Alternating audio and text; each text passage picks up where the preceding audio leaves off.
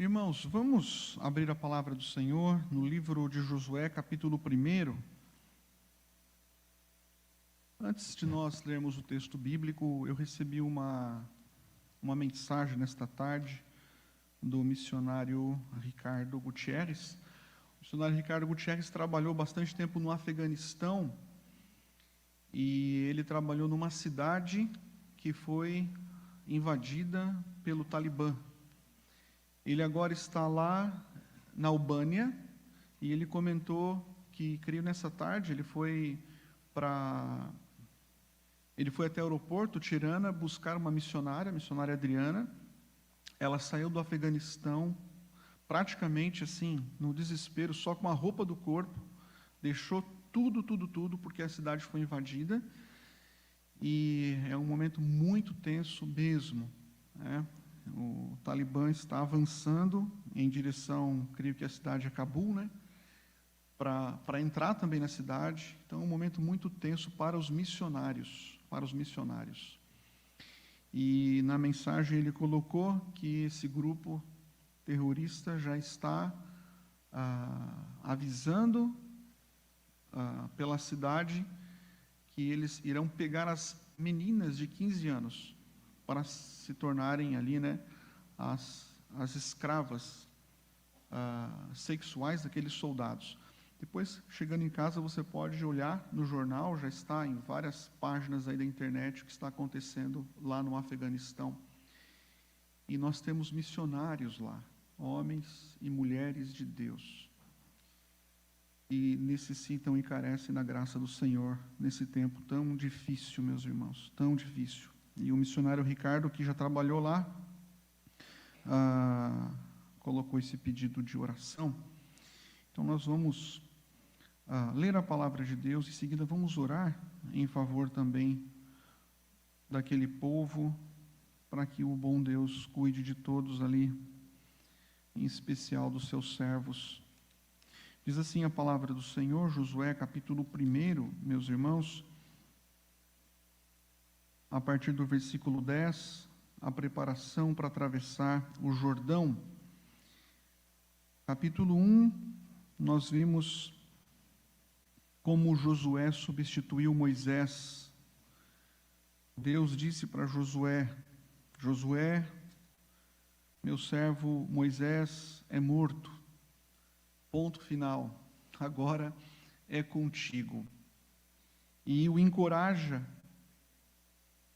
garantindo a Josué a sua presença e mostrando para Josué que o comprometimento dele deveria ser integral para com a palavra. E então aqui no versículo 10, Josué, de posse da orientação do Senhor, ele toma as atitudes devidas nessa empreita grande que seria a conquista da terra de Canaã, começando por Jericó. Diz assim o versículo 10, então, quer dizer, depois que ele recebeu a orientação do Senhor, que disse: eu serei contigo, sê forte, não temas, não te espantes, eu vou ser contigo, Josué. Ele diz isso no versículo 9, então, de posse dessa promessa de Deus, deu ordem Josué aos príncipes do povo, dizendo: passai pelo meio do arraial e ordenai ao povo, dizendo: provede-vos de comida, porque dentro de 3 dias passareis este Jordão, para que entreis na terra que vos dá o Senhor vosso Deus, para a possuirdes. Falou Josué aos Rubenitas e aos Gaditas e à meia tribo de Manassés, dizendo: lembrai-vos do que vos ordenou Moisés, servo do Senhor, dizendo: o Senhor vosso Deus vos concede descanso e vos dá esta terra. Vossas mulheres, vossos meninos e vosso gado fiquem na terra que Moisés vos deu, deste lado do Jordão. Porém vós, todos os valentes, passareis armados na frente de vossos irmãos e os ajudareis, até que o Senhor conceda descanso a vossos irmãos como a vós outros, e eles também tomem posse da terra que o Senhor vosso Deus lhes dá, então tornareis a terra da vossa herança e possuireis o que aqui vos deu Moisés, servo do Senhor, deste lado do Jordão, para o nascente do sol. Então responderam a Josué, dizendo: tudo quanto nos ordenaste faremos, e aonde quer que nos enviares iremos. Como em tudo obedecemos a Moisés, assim obedeceremos a ti. Tão somente seja o Senhor teu Deus contigo, como foi com Moisés. Todo homem que se rebelar contra as tuas ordens e não obedecer às tuas palavras em tudo quanto lhe ordenares, será morto. Então somente ser forte e corajoso. Bondoso Deus, rogamos que tu abençoes a vida dos teus filhos, servos e servas, que estão, ó Deus, naquela cidade do Afeganistão e naquele país, sofrendo terrível ameaça. Nesse tempo, ó Deus, tão difícil, Pai, que tu entres com tua providência. Ó Deus, que tu abençoes aqueles teus filhos, enviando socorro e ajuda. Que o Senhor os proteja, que o Senhor os livre de todo o mal. E abençoe, Pai, aquele povo, de modo geral, que a luz da graça do Evangelho também os alcance e que os missionários que ali estão sejam fonte de luz, mesmo nesse tempo de trevas. Nós, Pai, também pedimos que tu nos abençoes aqui no Brasil, para que tenhamos comprometimento integral contigo e com o teu reino, e também sejamos luz, Pai, neste Brasil tão secularizado, e também sejamos luz diante de tanta imoralidade e corrupção que há em nossa pátria. Que sejamos luz, ó Deus, em relação aos nossos vizinhos, amigos e parentes, que sejamos luz em nosso trabalho, que o teu povo dê bom testemunho, ó Deus. Abençoe-nos aqui e abençoe também o teu povo lá. E abençoe-nos com tua palavra nesta noite, ao que lhe pedimos em nome do Senhor Jesus. Amém. Amém, meus irmãos. Nesta passagem, nós encontramos Josué, o líder que substituiu Moisés, assumiu a liderança do povo de Israel na travessia do Rio Jordão e conquista da terra de Canaã. Como eu disse para os irmãos, Josué, aquele jovem que tinha mais de 80 anos, quando assumiu a liderança do povo. E dá para imaginar aqui, 40 anos de peregrinação pelo deserto, e depois daquela longa, dura, difícil caminhada, abençoada por Deus, mas difícil, eles chegaram às margens do grande Rio Jordão. Conquistaram já algumas cidades ali. E do outro lado estava a terra de Canaã. Eles estavam diante de um grande obstáculo. Atravessar o Rio Jordão era impossível, um rio largo, profundo. E nesta época, diz o texto, no capítulo 3, que o rio estava transbordante. Fazer barcos para 1 milhão de pessoas? Impossível. E eles estavam ali, diante do grande rio, prontos para atravessar e conquistar a terra. E esse foi o primeiro grande obstáculo. Nós precisamos conquistar a terra, mas antes precisamos atravessar o Rio Jordão. E nós vemos, meus irmãos, que essa travessia, no fundo, foi o primeiro sinal também da graça, da bondade, do amor de Deus. Foi o primeiro sinal de que Deus realmente iria cumprir a sua promessa. Foram muitos sinais. E neste capítulo aqui nós veremos como Josué, ele preparou o povo para aquele momento e quais são as lições também que essa passagem tem para a nossa vida. E há muitas lições nesse texto para a nossa vida. Vamos começar, meus irmãos, destacando aqui essa promessa, né?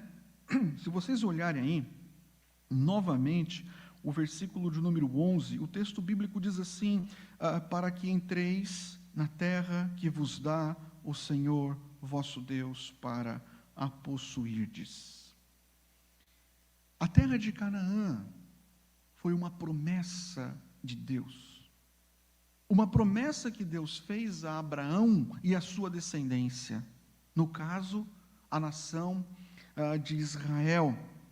E estamos aqui diante desse evento maravilhoso que seria a concretização da promessa. O Senhor prometeu, mas ainda não aconteceu nada. O Senhor prometeu, mas estamos lá no Egito. O Senhor prometeu, mas nós estamos no deserto. O Senhor prometeu, sim, agora estamos diante da terra. Mas cadê a terra? Está do outro lado. E vemos aqui então Josué, de posse da promessa de Deus. Vemos esse homem confiante.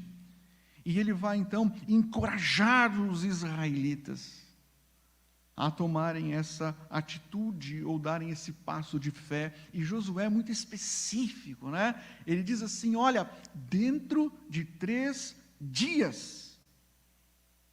O povo não teve muito tempo para se arrumar. Eles já estavam um bom tempo ali aguardando. E Josué então chega e fala, olha, agora está tudo certo, está tudo claro, eu recebi as orientações do Senhor, e ele diz, dentro de 3 dias passareis esse Jordão, e entrareis na terra que vos dá o Senhor. Ele assegura, meus irmãos, ele assegura o povo a promessa de Deus. E é interessante observarmos que ele faz isso não apenas aqui no versículo 11, mas ele faz isso no versículo 13, e ele faz isso no versículo 15. Pelo menos 3 vezes ele diz, a terra que o Senhor vos dá, a terra que o Senhor vos dá, a terra que o Senhor vos dá. Ele está enfatizando esse aspecto, meus irmãos, para mostrar para o povo que, de fato, a terra pertencia a eles. É como se ele dissesse, olha, a terra está lá, mas a terra pertence a vocês. Deus, o Senhor, o Criador do universo, Ele é o dono de todas as terras. E Ele é o dono de todo esse território. A terra não pertence aos cananeus, a terra pertence ao Senhor. E Ele presenteou vocês com esta terra. A terra é de vocês, e vocês estão sendo presenteados com essa belíssima e abençoada herança. Não por mérito, mas por graça. Não por obras, mas por misericórdia e amor. Vocês são os reais proprietários da terra, porque o Senhor deu.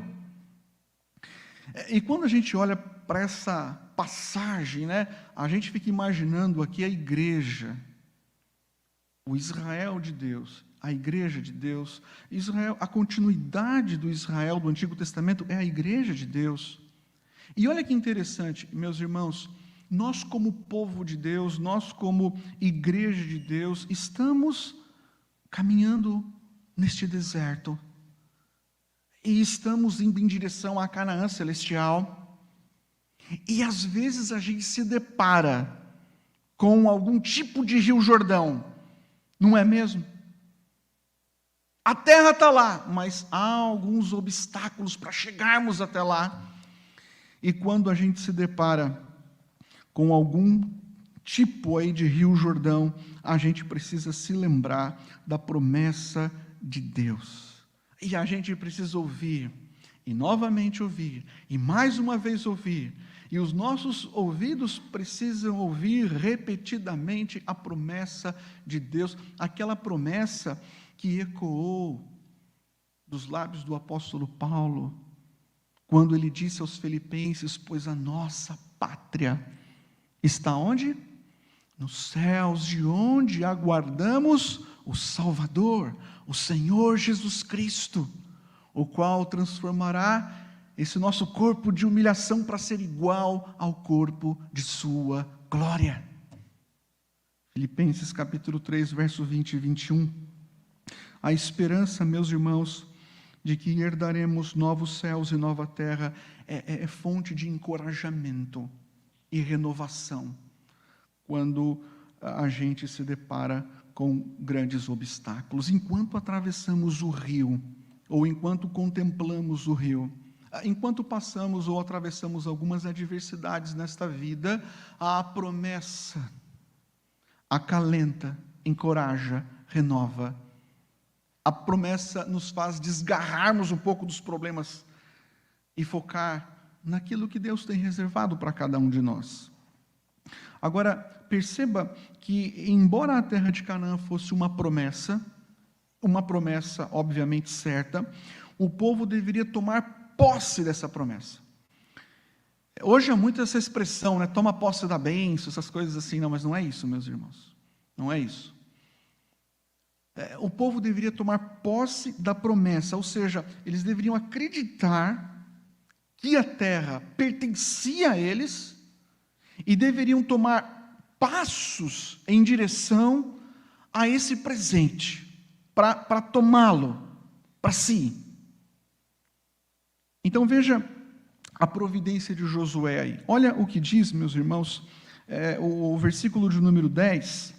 Ele deu ordem aos príncipes do povo e ele disse assim: olha, passe pelo meio do arraial e ordena ao povo. E esses líderes, então, eles foram pelo meio do arraial, orientando o povo, levando as orientações de Josué. E aqui vem um aspecto muito importante.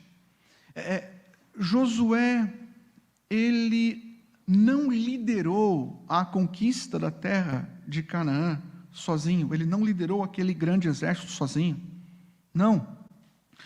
Josué não estava sozinho na conquista da terra de Canaã. Nós sabemos, meus irmãos, que lá atrás, Moisés, sob a orientação de Deus, conselho do sogro, ele formou ali, uma estrutura hierárquica, os líderes de 1000, líderes de 100, líderes de 50, líderes de 10, essa foi a estrutura que Moisés utilizou para liderar o povo, e o povo foi liderado dessa forma.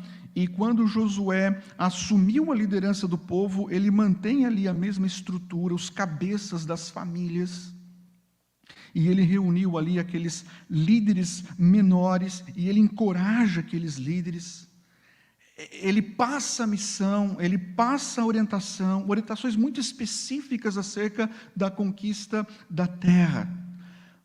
Mas veja, Josué, ele não trabalha sozinho, ele trabalha com uma equipe de homens, e de homens preparados, não perfeitos, mas preparados, e esses homens foram essenciais na organização de toda a estrutura, estratégia, para que 1 milhão de pessoas fossem conduzidas pelo deserto, e depois um outro grande número de soldados atravessassem na frente o Rio Jordão e conquistassem a terra.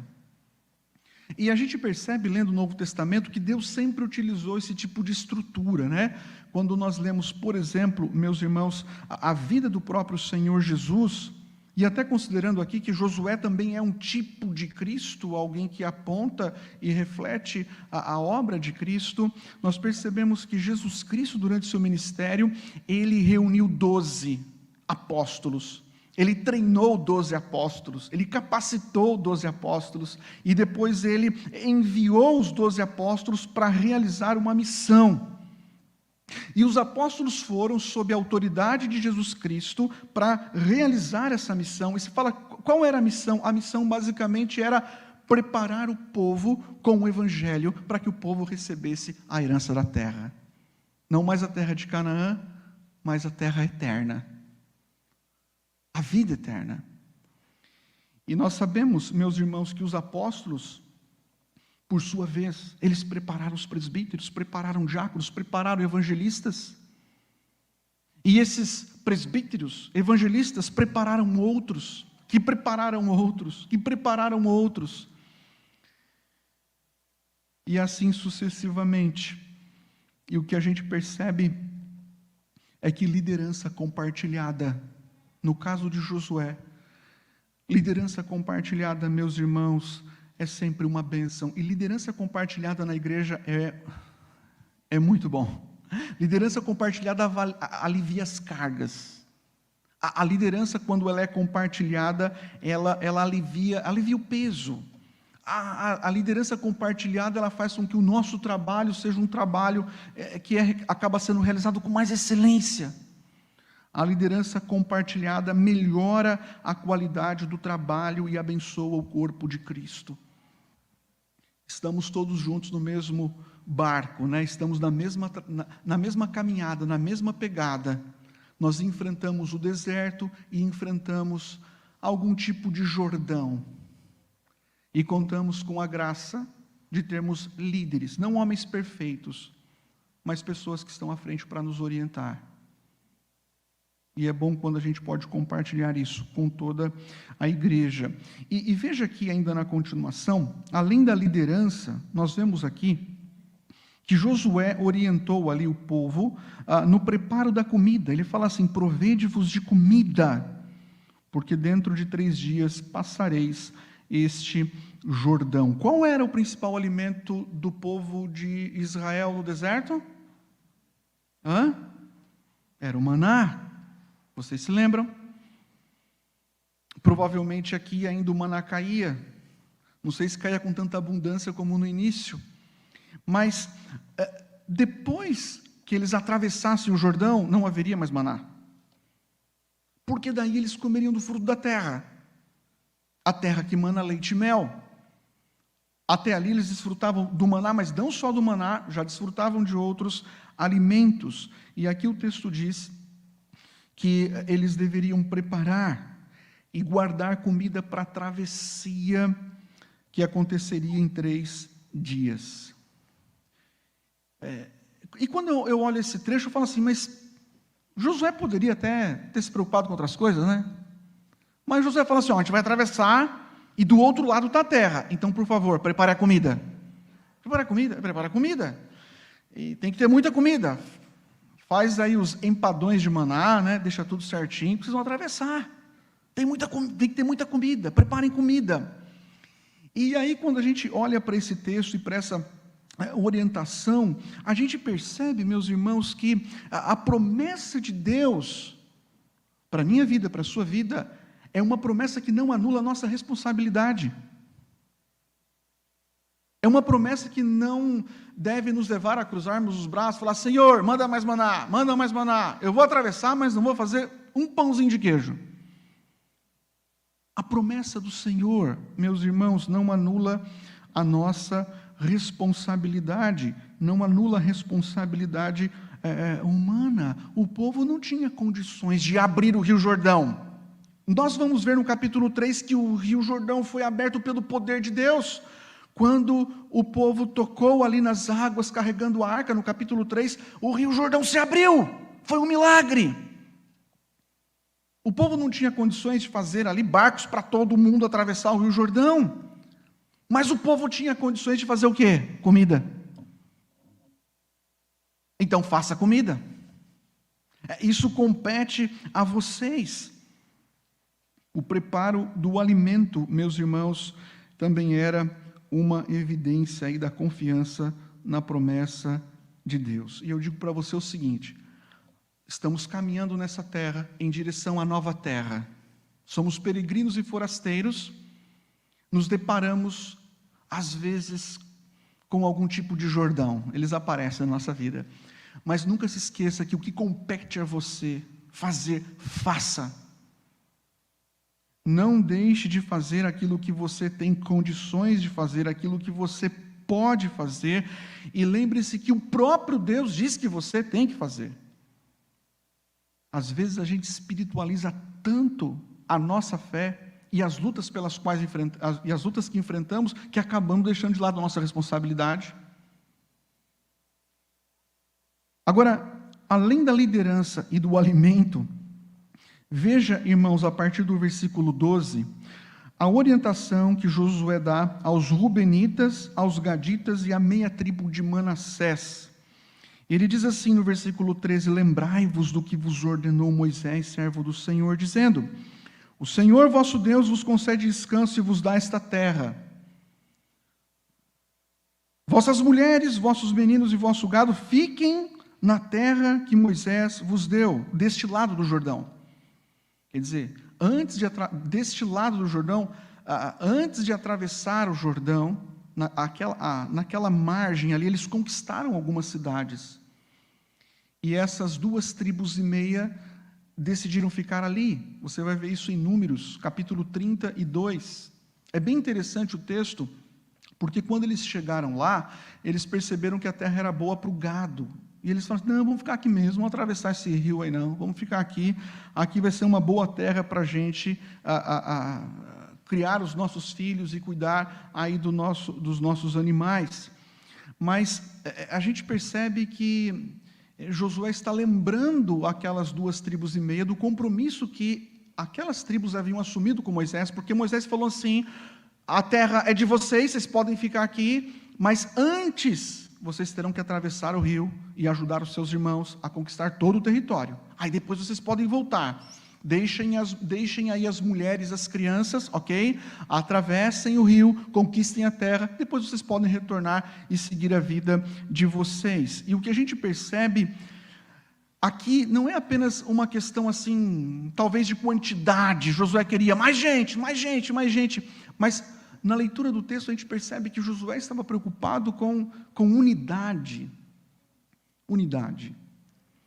Um povo desunido é um povo derrotado, e Josué aqui assegura a unidade e a cooperação de todas as tribos na conquista da terra de Canaã. Deus queria ver o seu povo unido, junto. Ali estavam as tribos, né, juntas, na conquista da terra. E aquelas 2,5 tribos estavam ali, e elas deveriam estarem dispostas a ajudarem os seus irmãos na conquista da terra. E depois, como eu disse, poderiam retornar. Josué está apenas lembrando aquelas tribos. Vocês prometeram que iriam atravessar. Então agora cumpram a palavra de vocês. O Deus que ama a unidade quer ver o seu povo unido, lutando junto como um só povo. Quando a gente lê esse texto, né, e vê a preocupação de Josué em ver as tribos unidas na conquista da terra, aí a gente pensa um pouquinho na realidade da igreja, né, de Cristo. Porque, irmãos, a igreja de Jesus é uma família, nós sabemos disso. Às vezes a gente não se comporta como se fosse uma família, mas, biblicamente, espiritualmente, a Escritura diz que nós somos uma família, a família de Deus. E nós não podemos, meus irmãos, olhar como família de Deus, como povo de Deus, para o nosso próprio umbigo, como se as nossas famílias fossem uma tribo, e nós então cuidamos da nossa tribo, cuidamos da nossa casa, cuidamos do nosso lar, olhamos para o nosso próprio umbigo e de repente nos esquecemos dos outros que estão ao nosso redor. Veja, nós não podemos caminhar à frente dos nossos irmãos e também não podemos caminhar atrás dos nossos irmãos, nós devemos caminhar junto com os nossos irmãos. Nós não podemos apenas olhar para a nossa vida e falar assim: a minha vida está muito boa e muito obrigado porque eu não tenho nenhum problema, afinal estou na melhor fase da minha vida, a minha terra já foi conquistada, ok? Os meus gados já estão aqui bem alimentados, os meus filhos estão seguros, protegidos, estão salvos, e então nós estamos vivendo a nossa vida tranquilos. E vocês vão lá e se virem com a vida de vocês. Nós não podemos olhar a igreja dessa forma. Nós somos um povo, nós somos uma família, e às vezes nós pecamos nesse sentido, lá no livro de Atos, quando o autor bíblico diz que era um o coração e a alma. É bonita essa expressão, né? Era um o coração e a alma. Nós estamos juntos, meus irmãos, e deve haver entre nós amor, deve haver entre nós união, e deve haver entre nós solidariedade, e a gente precisa aprender a confessar e pedir perdão quando essas coisas faltam em nossa vida. Não é só olhar para o outro e falar assim, o outro me deixou sozinho, desamparado, mas é nós olharmos para a nossa própria vida e percebermos como nós deixamos, às vezes, desamparados os nossos irmãos. Josué fala assim, vai, fica aí não, vai. Unidade do corpo. Aí você pergunta, o que essas 2 tribos e meias fizeram? 2 tribos e meia.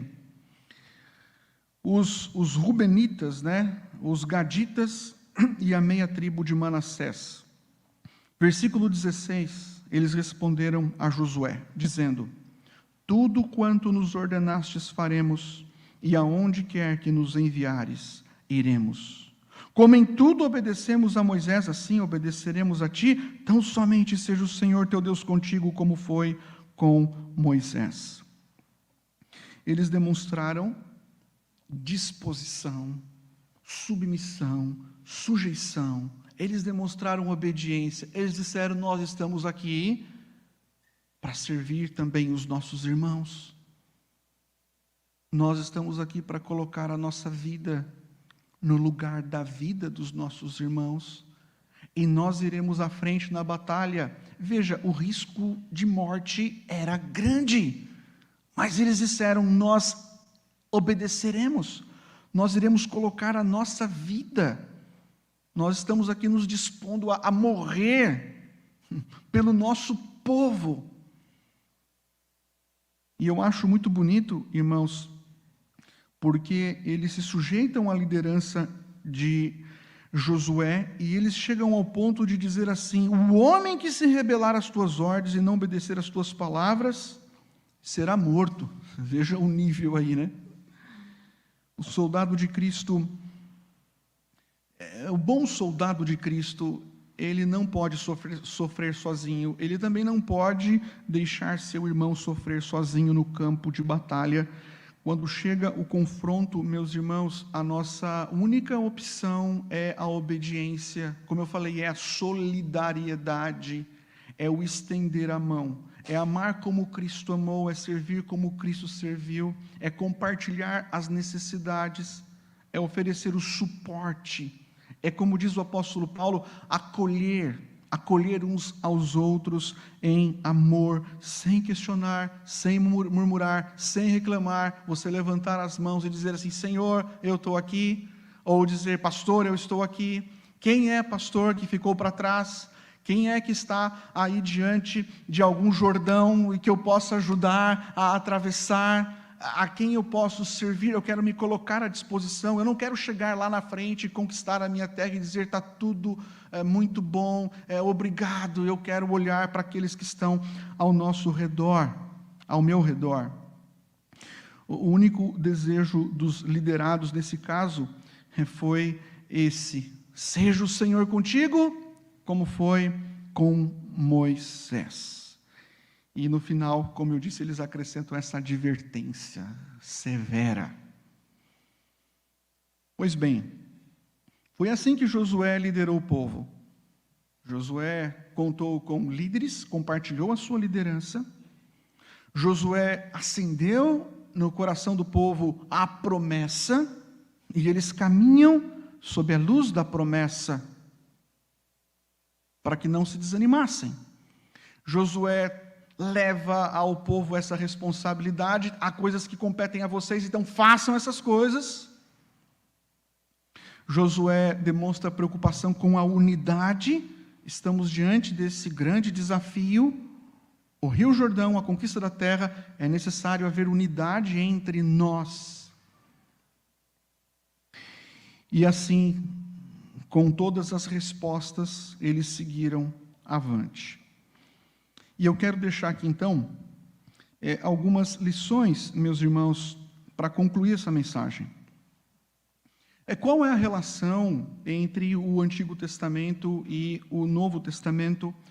Como eu coloquei, nós cremos que há uma continuidade, Há uma continuidade, nós cremos que a Igreja de Cristo, ela é a continuidade do Israel de Deus.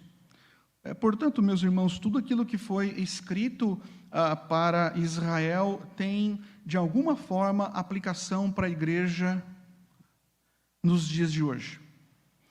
Paulo, por exemplo, quando escreve aos Romanos, no capítulo 15, versículo 4, ele diz assim: pois tudo quanto outrora foi escrito, para o nosso ensino foi escrito, a fim de que pela paciência e consolação das Escrituras tenhamos esperança.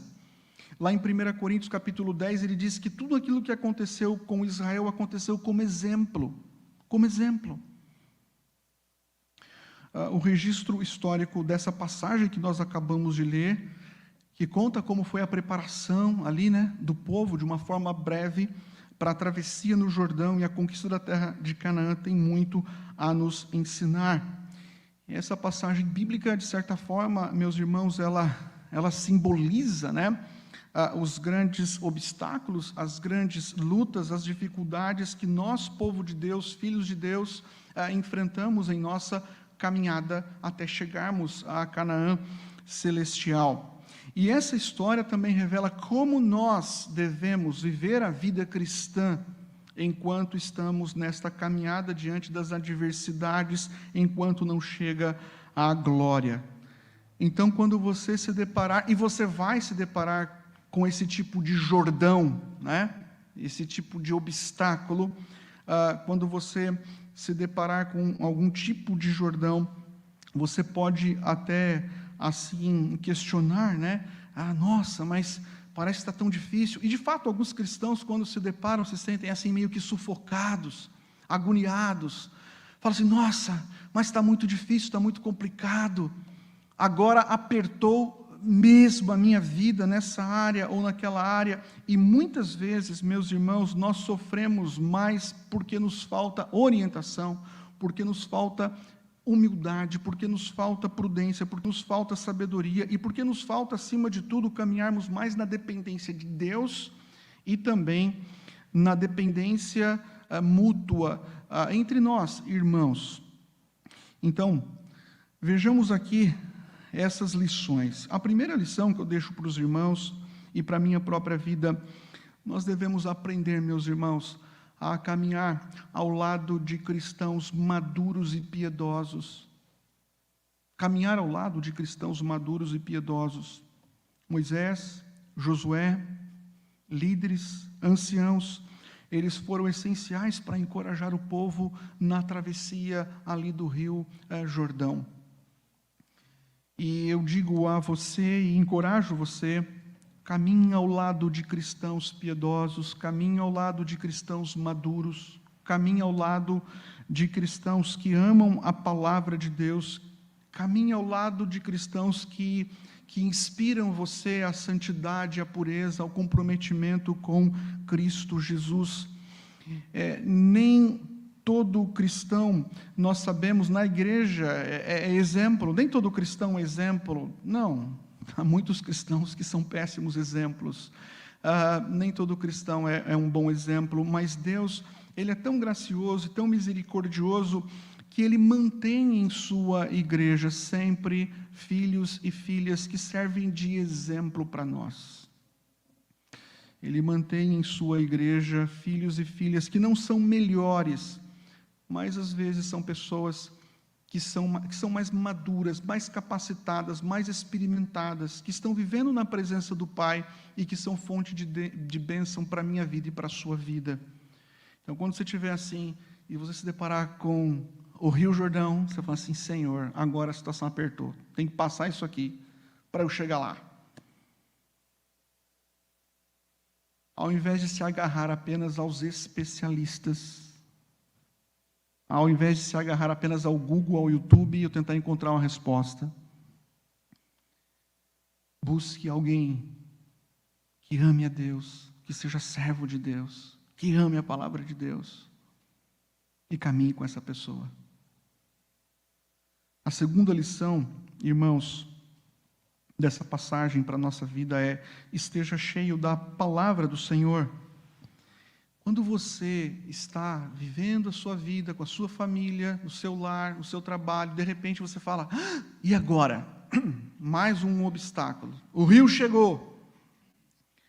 A gente tem que olhar para o rio, para a situação e pensar assim: bem, o que a Bíblia diz acerca disso?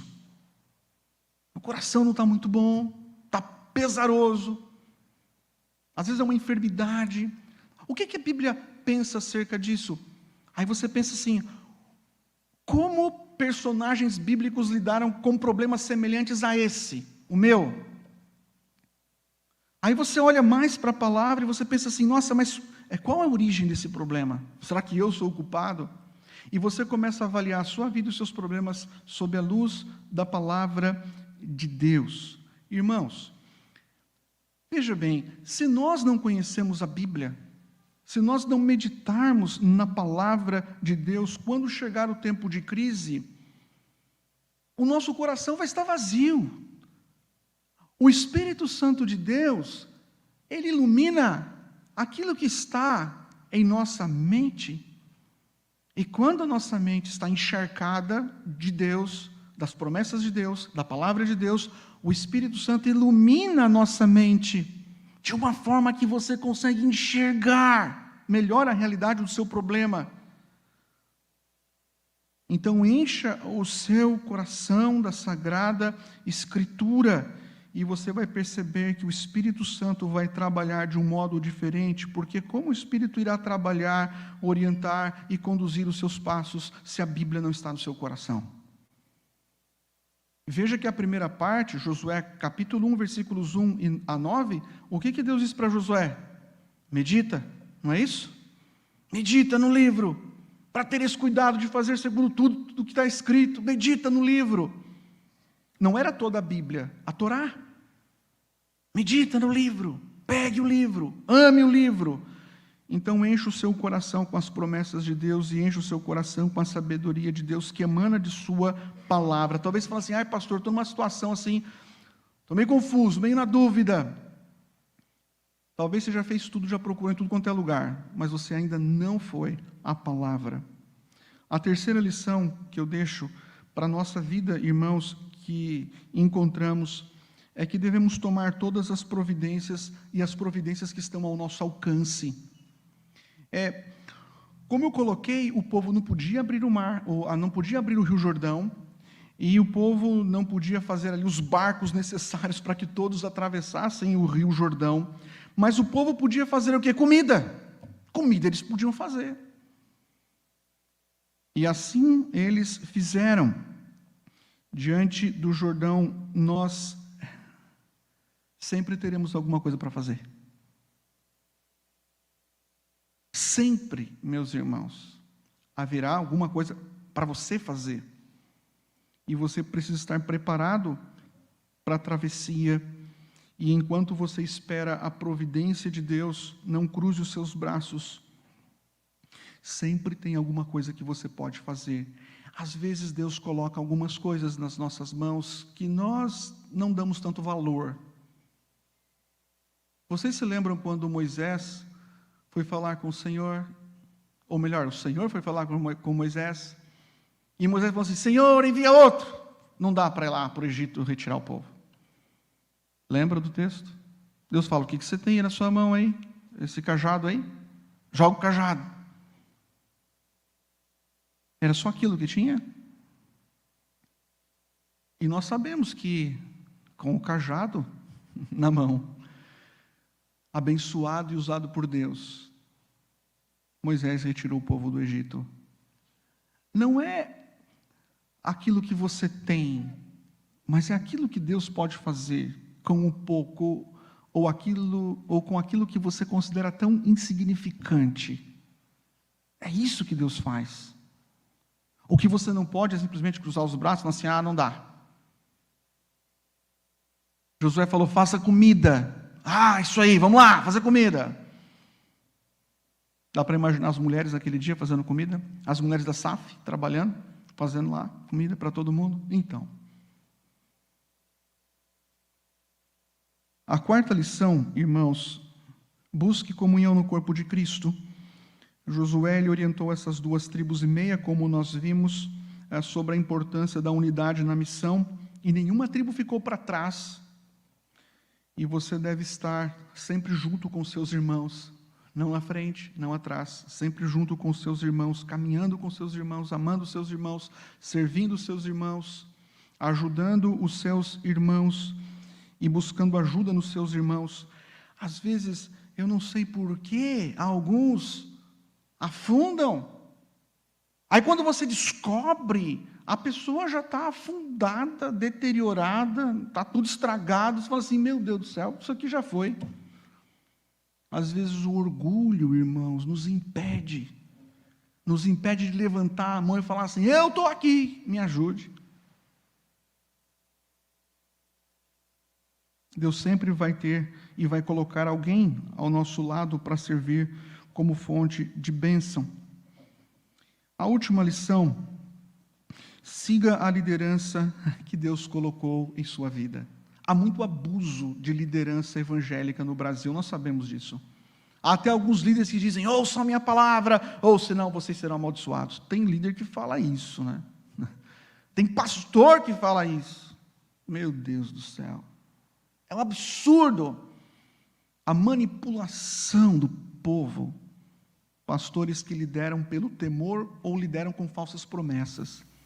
Agora veja, embora haja esses extremos que são perigosos, a gente não pode se esquecer que o Senhor Deus, Ele estabeleceu a liderança na igreja, presbíteros, diáconos, pastores, mestres, a liderança que Deus estabeleceu na igreja. E lá em Hebreus, tem um texto muito bonito, capítulo 13, verso 17, que diz assim, obedecei aos vossos guias, e sede submissos para com eles, pois velam por vossa alma como quem deve prestar contas, para que façam isso com alegria, e não gemendo, porque isto não aproveita a vós outros. Irmãos, nós erramos, e nós falhamos, mas cremos que continuamos sendo o meio e o método que o Senhor Deus escolheu para que a sua igreja fosse conduzida até o dia final. Então, obedeçam aos vossos guias e sejam submissos para com ele. É interessante que esse texto não diz assim, sejam submissos porque afinal eles são perfeitos, porque eles não erram. Hoje pela manhã, quando estávamos recebendo como membros aqui a Cátia e o Armando, eu perguntei para eles, vocês prometem que serão submissos, sujeitos às autoridades dessa igreja, enquanto essas autoridades forem fiéis à palavra de Deus? Sim, é isso daí. Submissão à autoridade, a insubmissão, a insujeição contra a autoridade estabelecida por Deus traz problemas para a nossa vida. E aqui eu concluo voltando ao ponto. Josué foi um grande líder, meus irmãos. Mas nós sabemos que a gente tem um líder muito maior que Josué, né? Josué foi um grande líder, mas teve as suas falhas, carregou as suas falhas. Josué foi um grande líder, mas ele é um tipo de Cristo. Em que sentido? Ele é alguém que aponta para Cristo, por meio de sua vida e por meio de sua obra. Ele aponta para Cristo e para a missão de Cristo. E assim como Josué conduziu o povo à terra prometida, e o povo entrou na terra prometida sob a liderança de Josué, o Senhor Jesus Cristo também nos lidera em direção a Canaã celestial. Ele nos coloca lá. Jesus diz, a terra é de vocês, a promessa é de vocês, a herança é de vocês. Nós já temos, mas vamos caminhando dia a dia até chegar o dia final. Jesus é o nosso capitão, o nosso mestre, o nosso líder, e nós então dizemos como aquelas tribos, né? Nós seguiremos, nós obedeceremos, até o fim nos submeteremos à liderança do nosso Rei e Salvador, Jesus Cristo. Agora veja, às vezes, meus irmãos, Às vezes, você olha para o rio, assim, Jordão, e você fala assim, eu acho que dá pé, acho que eu vou. Você começa a ir. Aí você descobre que não dá pé. E você começa o quê? A afundar no rio.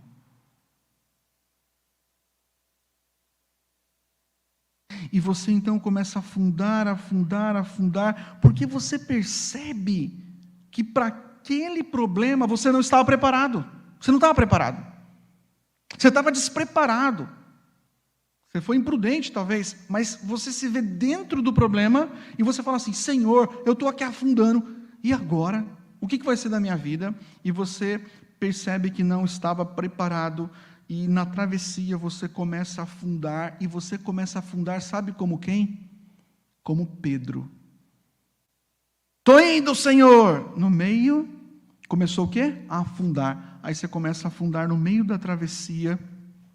E quando você começa a afundar, por graça e misericórdia, você se lembra que há um salva-vidas que não te deixa afundar. O Senhor Jesus Cristo, com graça e misericórdia, assim como tomou Pedro pelas mãos e o ergueu, o Senhor Jesus Cristo, Ele vem e Ele nos tira do rio no qual entramos, estávamos afundando, e Ele coloca a nossa vida novamente no caminho que devemos seguir. Você fala assim: pastor, hoje eu vou ser sincero, acho que eu estou afundando, né? Acho que eu deixei um pouco a palavra, deixei um pouco a liderança, deixei um pouco a unidade, deixei um pouco a igreja, deixei um pouco tudo, e eu percebo que a minha vida espiritual está afundando. Irmãos, sempre é tempo para clamarmos pela misericórdia do Senhor. Ele não permite que afundemos. Ele morreu na cruz.